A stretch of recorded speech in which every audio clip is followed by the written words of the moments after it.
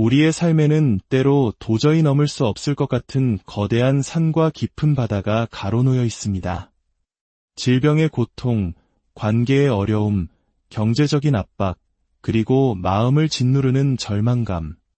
이 모든 것들은 우리 앞에 놓인 거대한 산처럼 느껴지곤 합니다.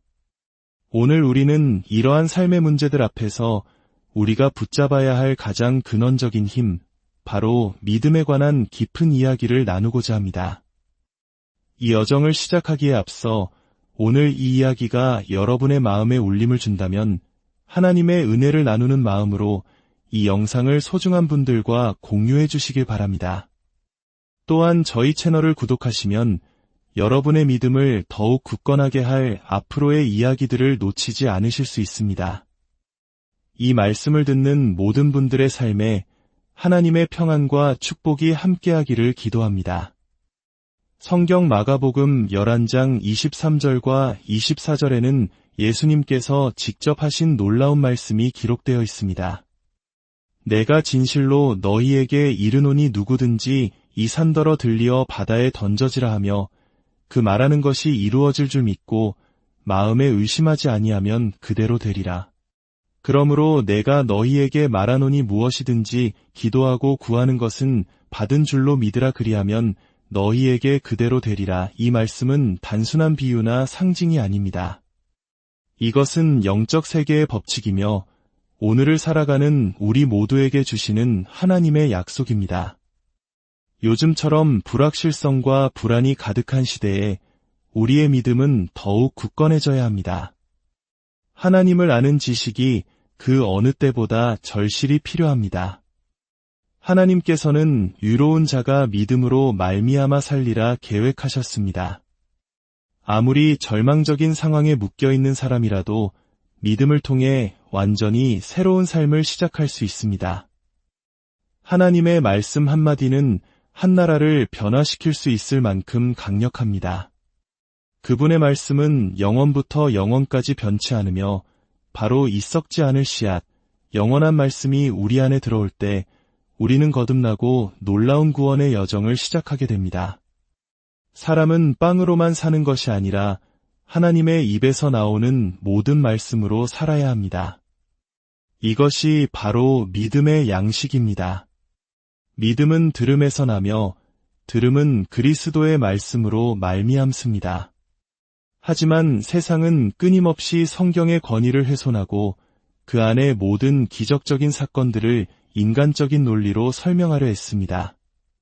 어떤 설교가는 예수님이 나귀를 타신 사건을 두고 예수님께서 미리 다 계획해서 그 장소에 나귀가 있도록 준비해 두신 것이라며 기적을 축소합니다. 하지만 기억하십시오. 하나님은 그 자리에 가지 않으시고도 모든 것을 주관하실 수 있는 분입니다.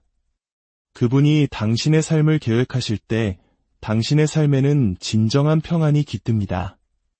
당신이 믿기만 한다면 모든 것이 가능합니다. 또 다른 설교가는 오병이어의 기적을 설명하며 그 당시 빵은 아주 커서 빵 5개로 5,000명을 먹이는 것은 그리 어려운 일이 아니었을 겁니다.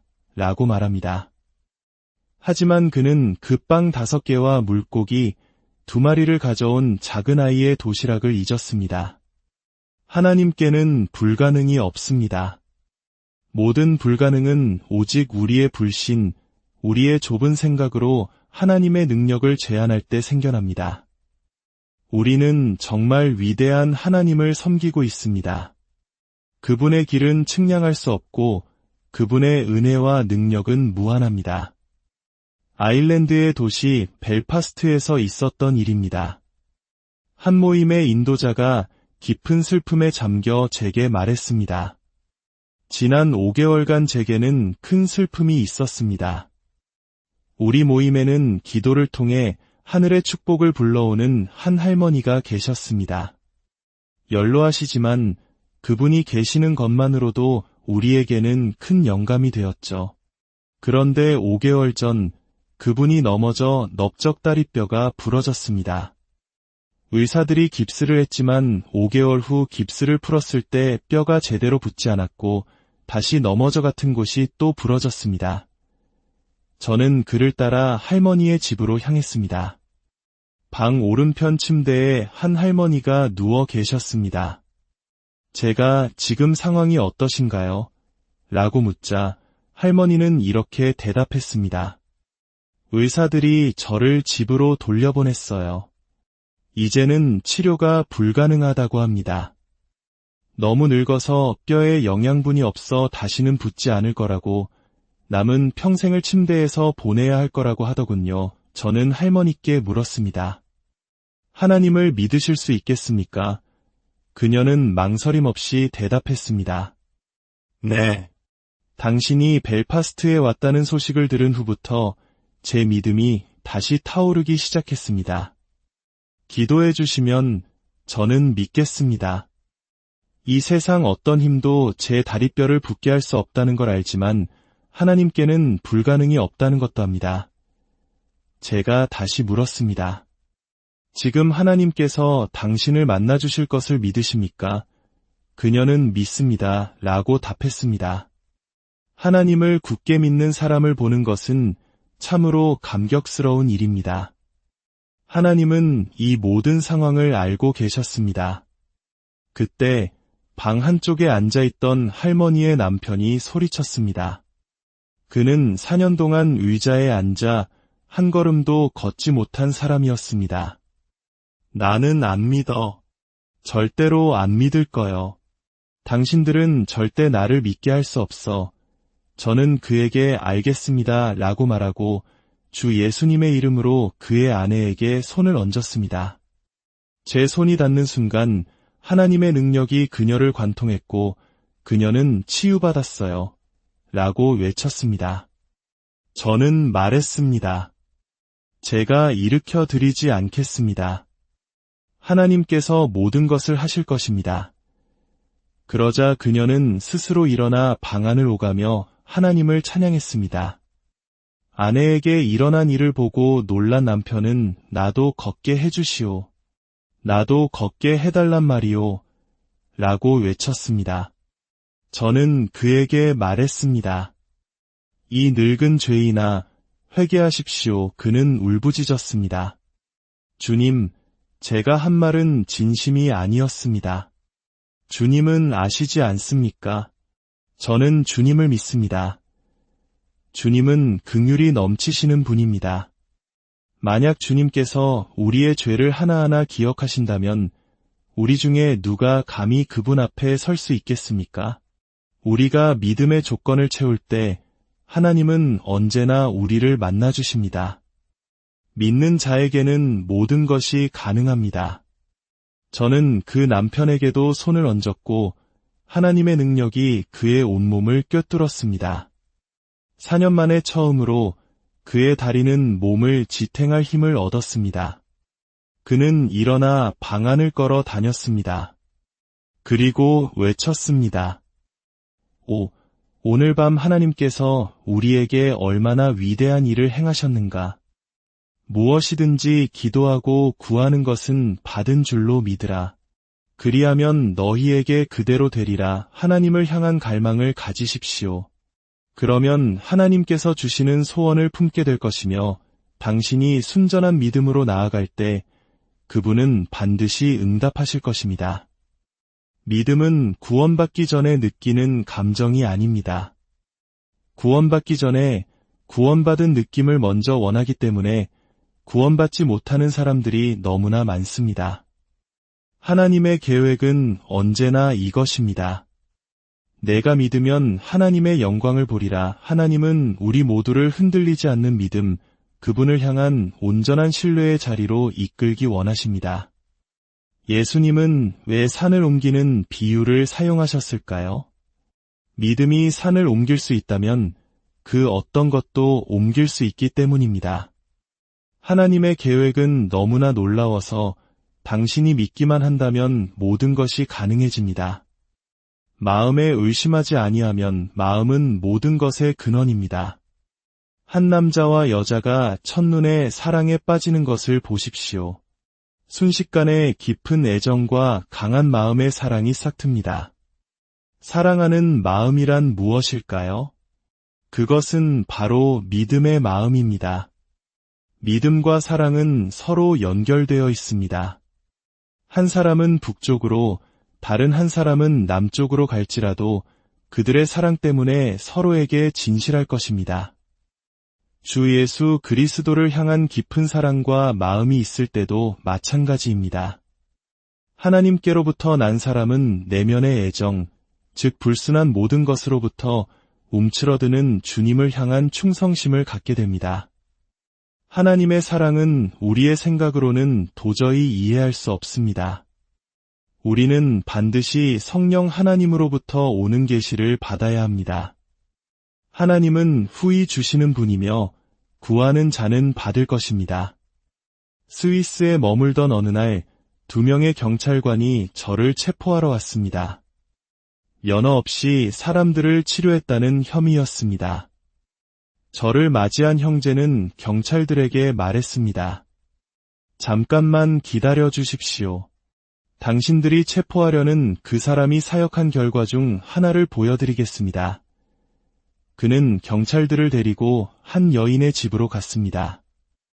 그 여인은 상습적인 음주와 폭력으로 경찰서를 제 집 드나들듯 하던 사람이었습니다.